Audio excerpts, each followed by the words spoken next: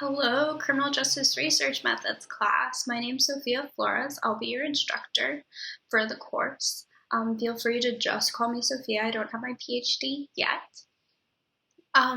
But this first video that I'm doing is going to be an introduction / example for your first assignment.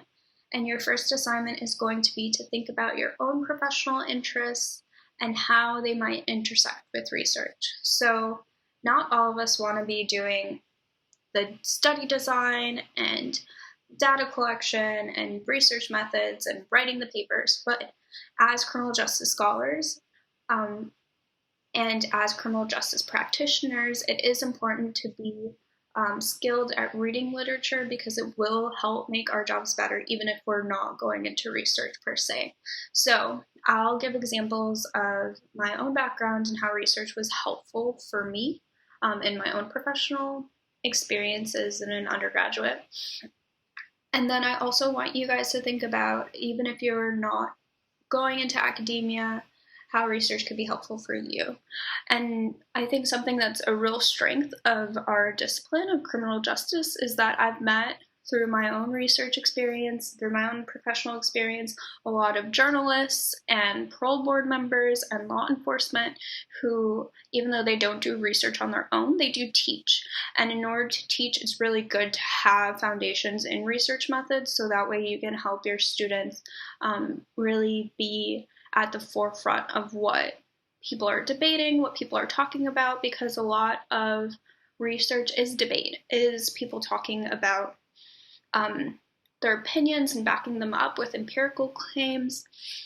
And so I want you guys to come away from this course feeling confident and being able to engage with research and cut through sort of the jargon and statistical methods to be able to be in conversation with research and not just feel like it's the be end all of everything, but know that every empirical paper has its own argument and that you as a consumer of it are not just doing it passively, but you can actively engage in critiquing, in supporting, in being in that debate. So, some background on me.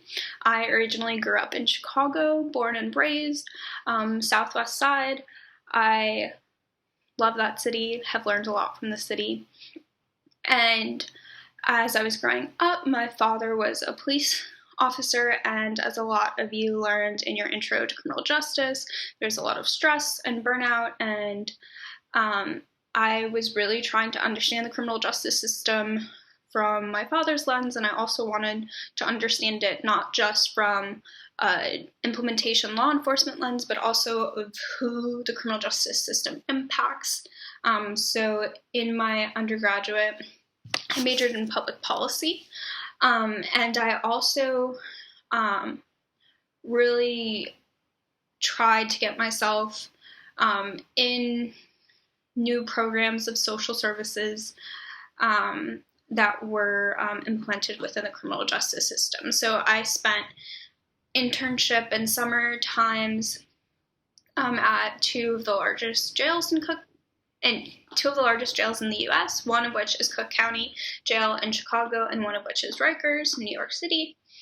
And I did social services working with people one-on-one. So at Cook County, I worked at a high school credit recovery program with men on house arrest, and I also got to sit in some substance abuse sessions. And then at Rikers Island, I worked at the adolescent learning behavioral experience, and that was with 16 to 18-year-olds at Rikers, and that was the first social impact bond within the U.S., and that's a type of financing that corporations, in this case it was Goldman Sachs, puts up the money for the program, and then the government pays back Goldman Sachs if the program meets its expectations and its goals. So for this particular case, it was reducing recidivism by a certain rate, and Vera Institute, which is a nonprofit think tank, found that it didn't.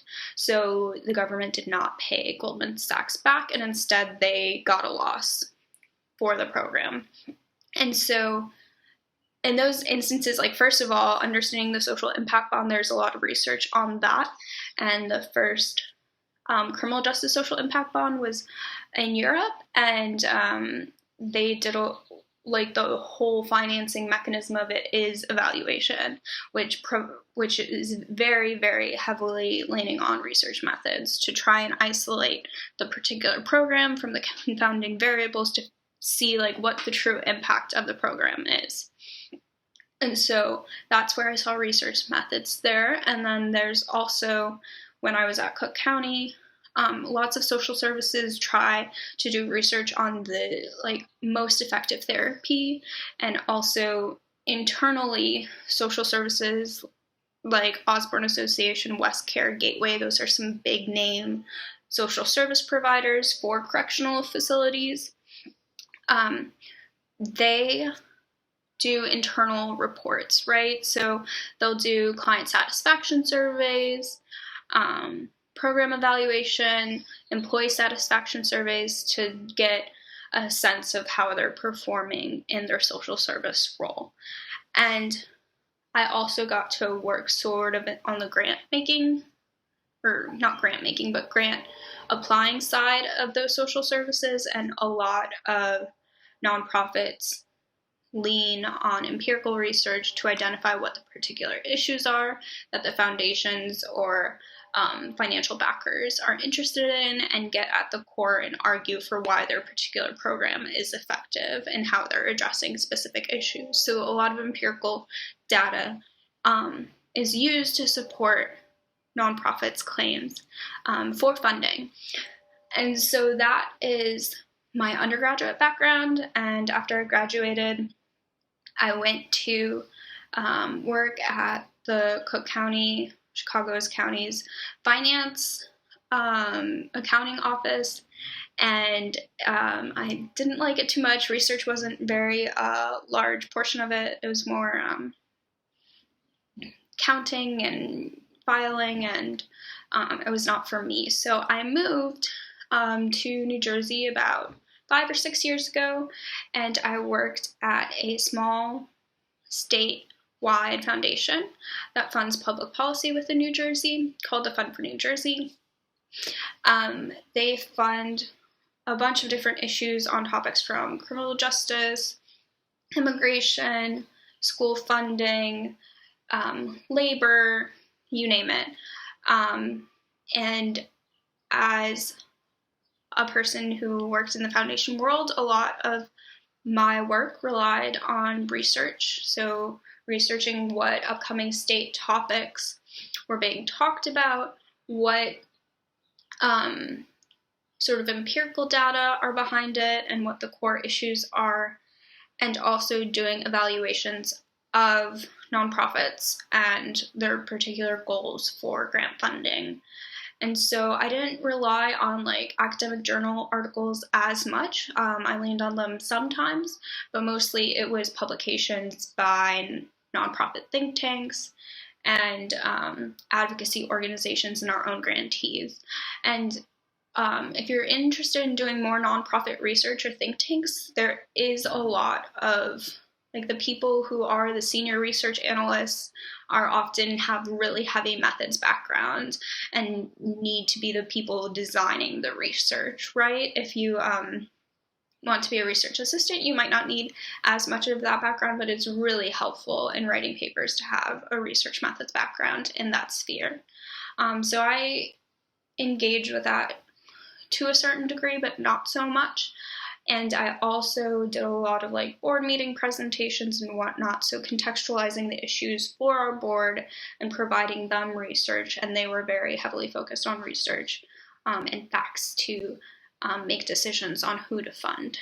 So I spent a lot of time doing research on immigration in New Jersey under the new federal climate, and leaned on academic articles in that sphere. And I also helped them with their Crossroads New Jersey. They published a bunch of reports for the past election on different issues and topics, and they used a lot of academic research for that, actually. And that's all on their website if you want to take a look. But that's my background. Currently, I'm a third year PhD student. I focus, as I mentioned, on the intersection of immigration and criminal justice and how local law enforcement participates in immigration detention, particularly local jails. I also have done research on bail reform and am currently doing research on parole in New Jersey. So I have a good sense of state policy, having done research in it, having also worked in the foundation world in the state. So if you guys are interested in that, feel free to contact me. If anything I have said is of interest to you, I'm happy to be a resource for you, provide advice, make connections.